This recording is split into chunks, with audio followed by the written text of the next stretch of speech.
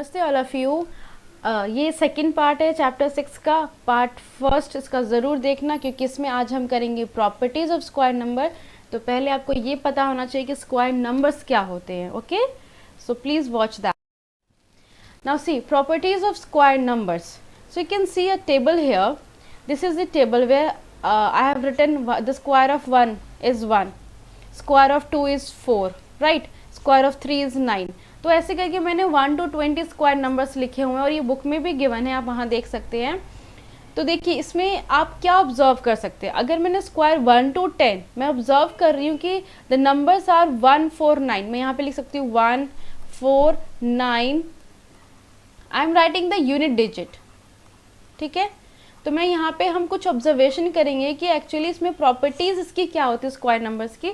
तो उसको ऑब्जर्व करेंगे स्क्वायर नंबर्स में क्या क्या होता है डिफरेंस। अब देखिए 1 4 9 यहाँ पे मैंने देखा यूनिट डिजिट क्या है 6 है, फिर unit digit is 5, right. Then again it is 6, then 9 already मैंने लिखा है, देन 4 भी पहले से, 1 इज ऑलरेडी देयर एंड 0, ठीक है।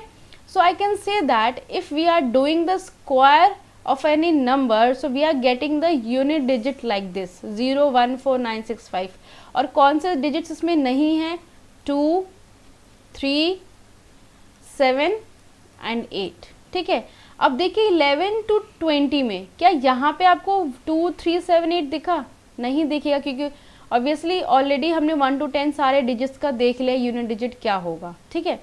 तो इससे एक ऑब्जर्वेशन तो ये हमें मिल गई कि जो भी आपके परफेक्ट स्क्वायर्स होंगे या जो आपके स्क्वायर नंबर्स होंगे the unit digits will be 0 1 4 9 6 5, that's it. Okay, means जो भी नंबर अगर इससे एंड होता है तो वो आपका परफेक्ट स्क्वायर नहीं होगा। आपके सारे परफेक्ट स्क्वायर्स किससे एंड होने चाहिए? इन नंबर से एंड होने चाहिए। तो ये तो हमारी एक ऑब्जर्वेशन इससे आगे और भी बहुत सारे ऑब्जर्वेशन है जो मैंने पॉइंटर्स में लिखा है। मैं आपको एक एक पॉइंट करके समझाती हूँ और आप फिर उसको इस टेबल से रिलेट कर सकते हैं। अब देखिए पहला तो मैंने यही लिखा है जो अभी हमने ऑब्जर्व किया है that if a number has 0 1 4 5 6 और 9 in the units place then it may or may not be a square number. Now why I have written may and may or may not means हो भी सकता है और नहीं भी हो सकता है। You know why? जैसे मैंने अभी कहा कि सिर्फ इससे एंड होने चाहिए। तो देखिए जैसे अगर मैं आपको बोलूँ 16, ठीक है, 16 6 से एंड हो रहा है, so obviously this is a square number हम कह सकते हैं। अगर मैं 56 लिखूँ तो ये भी तो 6 से एंड हो रहा है, तो क्या ये एक स्क्वायर नंबर है? क्योंकि 7 का स्क्वायर क्या होता है 49 और 8 का स्क्वायर होता है 64। तो इनके बीच में तो कोई स्क्वायर नंबर है ही नहीं, तो 56 is not a square number. So it is not compulsory that every time you will get a square number that the number ends with these digits. Okay, so means you can say that the number can be a square number. Okay, वो हो सकता है, ऐसा नहीं कि नहीं हो सकता है, हो भी सकता है नहीं भी हो सकता है। बट इस केस में क्या है, इसमें होगा ही नहीं। means it is sure that if the number is ending with 2 3 7 8 so the number that number is not a square number. ठीक है, आई होप आपको ये पॉइंट समझ आया होगा।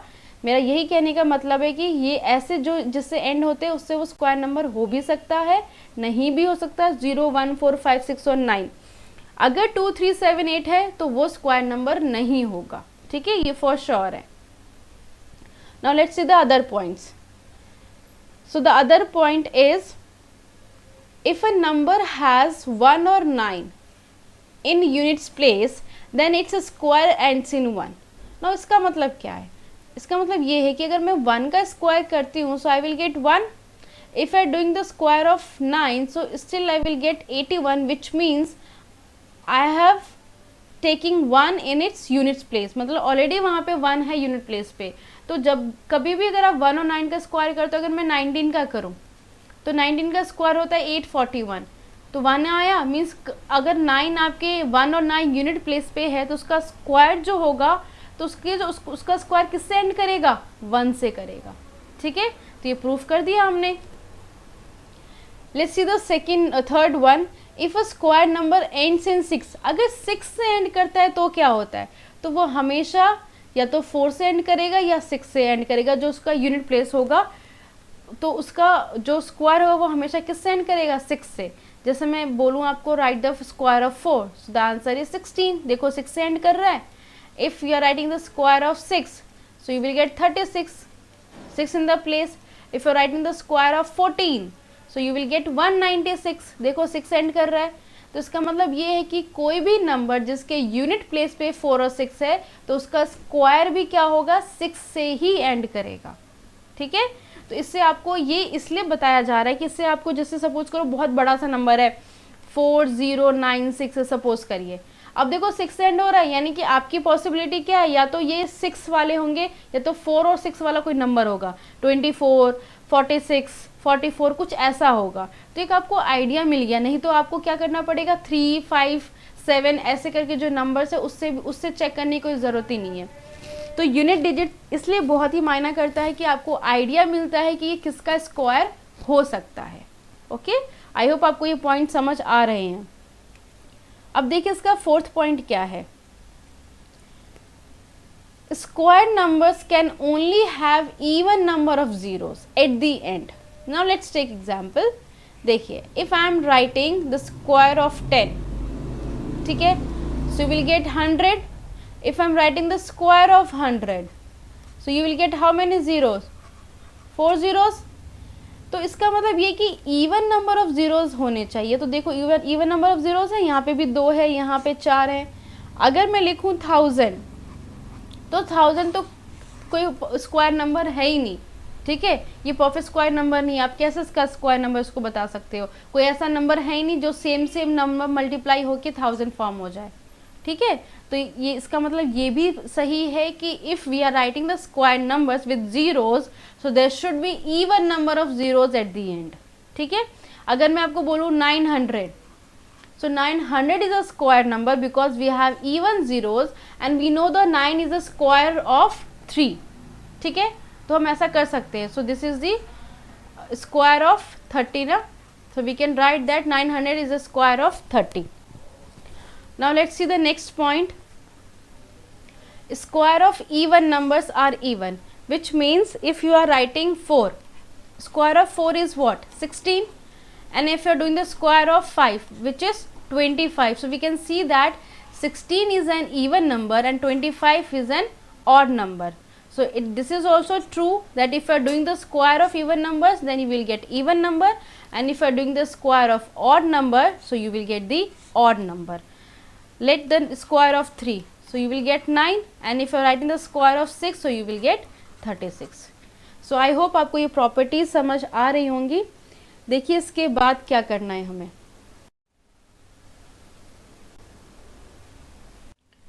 अब देखिए इसमें हमें कुछ पैटर्न सीखने हैं, वो पैटर्न्स कैसे हैं ये देखते हैं। Adding triangular numbers. अब ये ट्रायंगुलर नंबर्स क्या होते हैं, जैसे नंबर्स आपके पास हो गए 1, 3, 6, 10 एंड 15, तो इसे ट्रायंगुलर नंबर्स क्यों कहा गया है, क्योंकि अगर हम इन नंबर्स को अरेंज करते हैं इस फॉर्म में तो ये ट्रायंगल का शेप लेता है, राइट।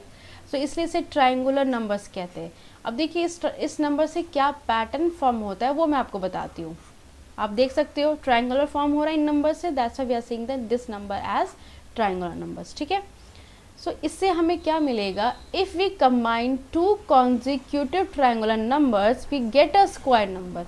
ये है इसका पैटर्न का हमारा फ़ायदा, कि अगर हमने 2 कॉन्जिक्यूटिव ट्रायंगुलर नंबर्स को कंबाइन किया, जैसे देखिए यहाँ पे 1 और 3, इनको अगर मैंने कंबाइन किया तो 1 + 3 क्या बनेगा, 4, and we get a square number. तो 4 क्या है, आपका स्क्वायर नंबर है।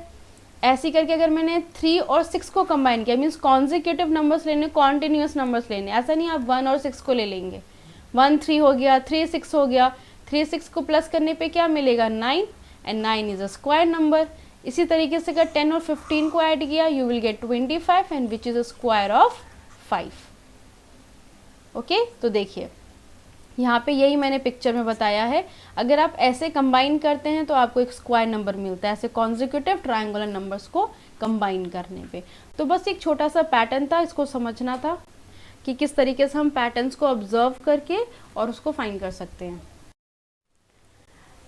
ओके, तो अब देखते हैं नंबर्स बिटवीन स्क्वायर नंबर्स। ये कैसे हम फाइंड करेंगे, ठीक है। सो सी, if I'm taking a number like 2, let's try the square of 2, that is 4. Okay, now another number is square of 3, that is 9. Okay, so आप इनके बीच में कितने नंबर्स लिख सकते हो? मैं 4 और 9 स्क्वायर नंबर्स है तो मैं कह सकती हूँ इसके बीच में कौन से नंबर्स है? 5, 6, 7 एंड 8, ठीक है। यानी स्क्वायर ऑफ 2 और स्क्वायर ऑफ 3 के बीच में कितने नंबर्स आ गए? 4 नंबर्स हैं, 5, 6, 7, 8। और क्या ये स्क्वायर नंबर्स हैं? ये स्क्वायर नंबर्स भी नहीं है, आप कह सकते हो उसको। तो यहाँ से क्या कंक्लूजन आया कि अगर कोई नंबर कॉन्टिन्यूस, अगर हमने कोई 2 स्क्वायर नंबर्स लिए, कॉन्टिन्यूस मतलब जैसे मैंने 3 का स्क्वायर ले लिया और वैसे अगर मैंने एक 4 का स्क्वायर लिया 16, तो इनके बीच में जो नंबर्स होंगे, ठीक है, तो 9 और 16 के बीच में आप लिख सकते हो नंबर्स कौन से होंगे? 10, 11, 12, 13, 14 एंड 15, ठीक है। तो कुछ ऐसे नंबर होंगे, 6 नंबर्स हैं, तो ये स्क्वायर नंबर्स नहीं है। तो आप ये कह सकते हो, ये हमें ऑब्जर्वेशन मिली कि अगर 2 स्क्वायर नंबर्स हैं तो उनके बीच के जो नंबर्स होंगे वो नॉन परफेक्ट होंगे, मतलब वो परफेक्ट स्क्वायर्स नहीं होंगे, ठीक है, अगर आप कॉन्जिक्यूटिव स्क्वायर्स ले रहे हो तो। अब देखिए इसको हम डिफाइन कैसे करेंगे। आप डिफाइन इसको ऐसे कर सकते हैं, जैसे यहाँ पे मैंने लिखा है there are 2n non perfect square. अब ये 2n का क्या मतलब है अभी आपको बताऊंगी। 2n मतलब आपके 2n नॉन परफेक्ट स्क्वायर्स होंगे। अगर आप 2 स्क्वायर्स ऐसे ले रहे हो n एंड n+1, ये क्या हुए? कॉन्जिक्यूटिव भी तो हुए, and n is natural number. तो अब देखो अगर मैंने n लिया है 3 और n+1 क्या है? 3+1, तो ये हो जाएगा, ये तो 3 रहेगा एज इट इज, और 3+1 क्या बन गया? 4। अगर मैं इनका स्क्वायर करती हूँ, ठीक है, तो इसका square is 9 and the square of 4 is 16। अब इनके बीच में कितने नंबर्स हैं?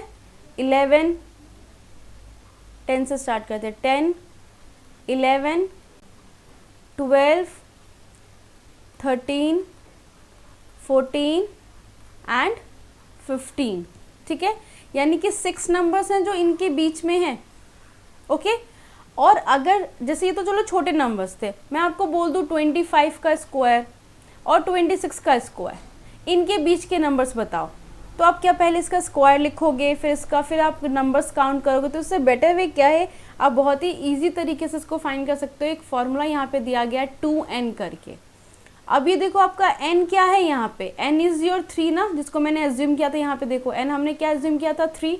सो 2 × 3 यू विल गेट 6। और अब देखो यहाँ पे 6 नंबर्स हैं इन दोनों के बीच में। तो यही इस फॉर्मूले का मतलब है कि अगर आपके पास कोई 2 कॉन्जिक्यूटिव जैसे 25, 26 हुए, तो मैं इनके बीच में कितने नंबर्स है वो 2n यूज करके फाइंड कर सकती हूँ। ये आपका n है और ये आपका n+1 है। सो 2 × 25 विच इज इक्वल्स टू 50। यानी इन दोनों के स्क्वायर के बीच में कितने नंबर्स होंगे? 50 नंबर्स होंगे। तो ये तरीका है फाइंड करने का। तो अब देखिए मैं कुछ एग्जाम्पल्स आपको दिखाती हूँ, उसे हम कैसे करेंगे, तो ये आपको बहुत अच्छे से समझ आ जाएगा। देखो example first, there are 2 non perfect square numbers between 2 and 3। कैसे? जैसे अभी हमने किया था 2 का स्क्वायर, सी अगर मैंने यहाँ पे 1 स्क्वायर लिया, 2 स्क्वायर लिया, तो इनके बीच में कौन से 2 स्क्वायर है? 2 and 3, सिर्फ 2 ही तो स्क्वायर हुए। 1 का स्क्वायर इज 1, 2 का स्क्वायर इज 4, और इनके बीच में कितने नंबर्स हुए? 2 और 3, ठीक है। कॉन्टिन्यूस है ये अगर n है तो ये आपका n+1 है। इसी तरीके से there are 4 non perfect square numbers 5, 6, 7, 8 किसके बिटवीन में था? 2 square that is 4 and 3 square is 9। तो इनके बीच में मैंने आपको लिख के दिखाया भी था, दैट इज 5, 6, 7, 8। तो ये 4 नंबर्स हैं इनके बीच में। और डायरेक्टली आप कैसे फाइंड कर सकते हो? 2n यूज करके, क्योंकि n की वैल्यू यहाँ पे क्या है? 2।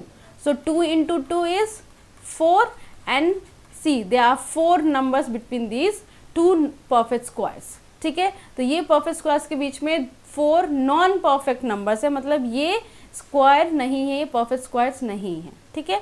अभी एग्जाम्पल देखते हैं। How many natural numbers lie between 9 square and 10 square. अब देखो your 9 is n and your 10 is n+1, right. Means n का स्क्वायर और n प्लस 1 का स्क्वायर है ये।